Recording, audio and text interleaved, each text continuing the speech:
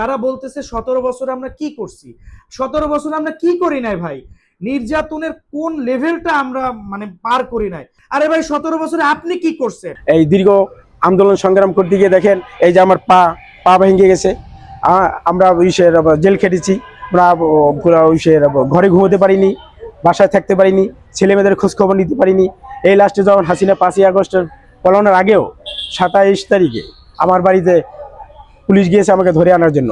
আমার কি অপরাধ ছিল? আমি এই ছাত্রদের লিড দিয়েছি, সেটা বলার জন্য আমাকে বারবার আমার বাসায় পুলিশ গিয়েছে। পুলিশ গিয়ে বলতেছে তাকে খুঁজে আমার বাড়িতে টর্চার করছে, হামলা করেছে। আজকে যে সকল উদীয়মান নেতারা, উদীয়মান মানুষ যে কথাগুলো বলে যে 16 বছরে, এই 17 বছরে আমরা আসলে কি করেছি, 16 বছর 17 বছর যদি আমরা হিসেব দিতে যাই, বা আমরা বা আমাদের সহযোদ্ধা বা সহকর্মীরা যদি 16 বছর বা 17 বছরের হিসাব করতে যায়, তাদের জীবন থেকে অনেক কিছু হারিয়ে গেছে।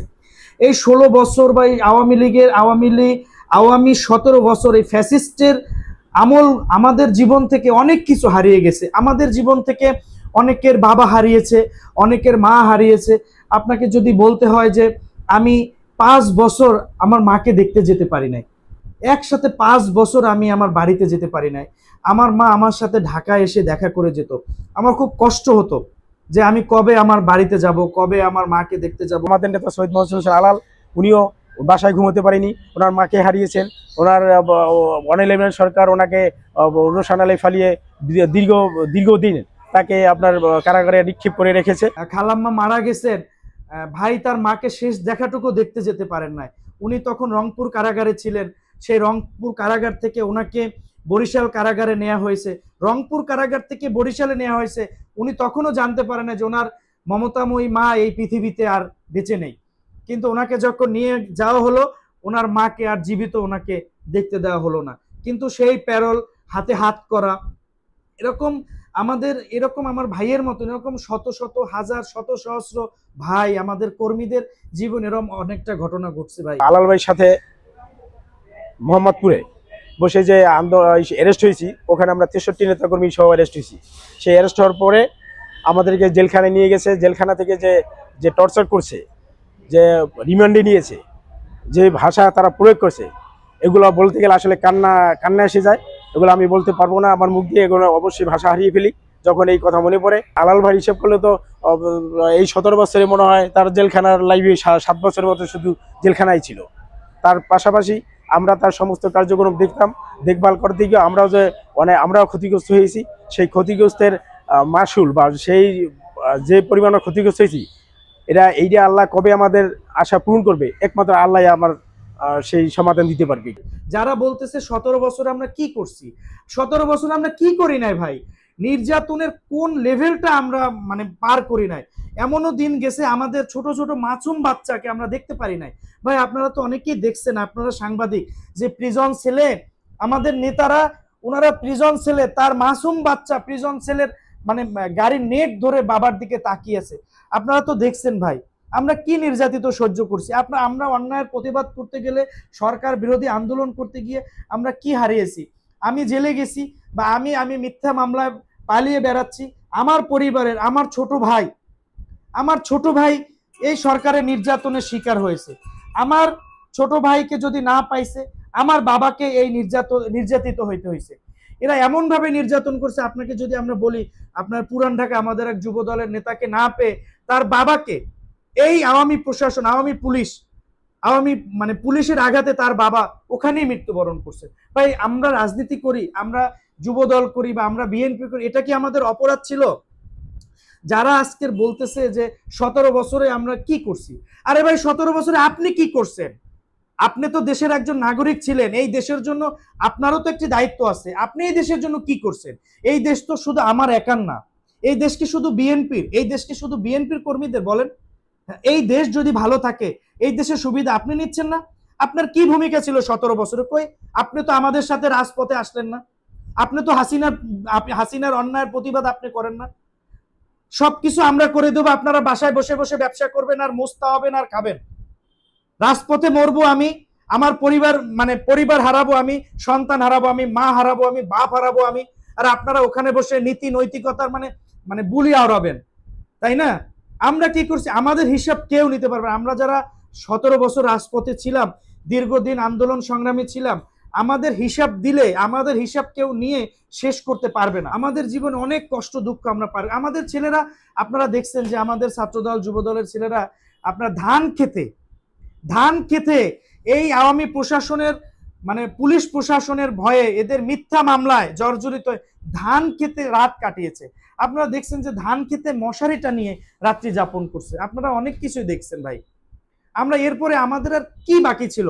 17 বছর কি এই দেশে কথা বলার মতো কোনো মানে পরিস্থিতি ছিল? আপনারা যারা সাংবাদিক ছিলেন, আপনারা কি স্বাধীন ছিলেন বলেন? আপনারা যারা সাংবাদিক, আপনারা কি যা সত্যি তাই লিখতে পারছেন? আপনি যে মানে ক্যামেরাম্যান, আপনি যেটা সাংবাদিক, আপনি যেটা সত্যি ঘটনা আপনি কি দেখাইতে পারছেন?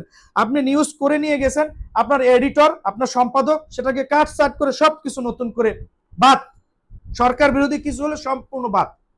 লিখিতটা প্রধানমন্ত্রীর তথ্য উপদেষ্টা এই কি আরাফাত বা আবুল কালাম আজাদ যারা ছিল তাদের মাধ্যমে, বা আওয়ামী ফ্যাসিস্টের যে সকল দালাল হলুদ সাংবাদিকরা যারা ছিল, তারা যেভাবে প্রেসক্রিপশন করতো, আপনারা নিউজ পত্রিকায় আপনারা সেভাবেই প্রচার করতেন। এই দেশের মানুষ মানে এই আওয়ামী লীগের আমলে সত্যি কথাটাই জানতো না ভাই, সত্যি কথা। কারণ আপনি তো প্রচার করতে পারেন নাই, কারণ আপনি যদি মানে মিথ্যার বিরুদ্ধে, অন্যায়ের বিরুদ্ধে প্রতিবাদ করেন, আপনার পত্রিকা বন্ধ হয়ে যাবে। বাসায় গিয়ে দেখবেন আপনার বাসায় আপনার দেখবেন যে আওয়ামী লীগের সন্ত্রাসীরা বাসায় হামলা করছে, আপনার বাসা লুটপাট করছে আওয়ামী লীগের সন্ত্রাসীরা। আপনি অন্যায়ের প্রতিবাদ করতে পারেন না, আপনি পারেন নাই, আমরাও পারি নাই ভাই।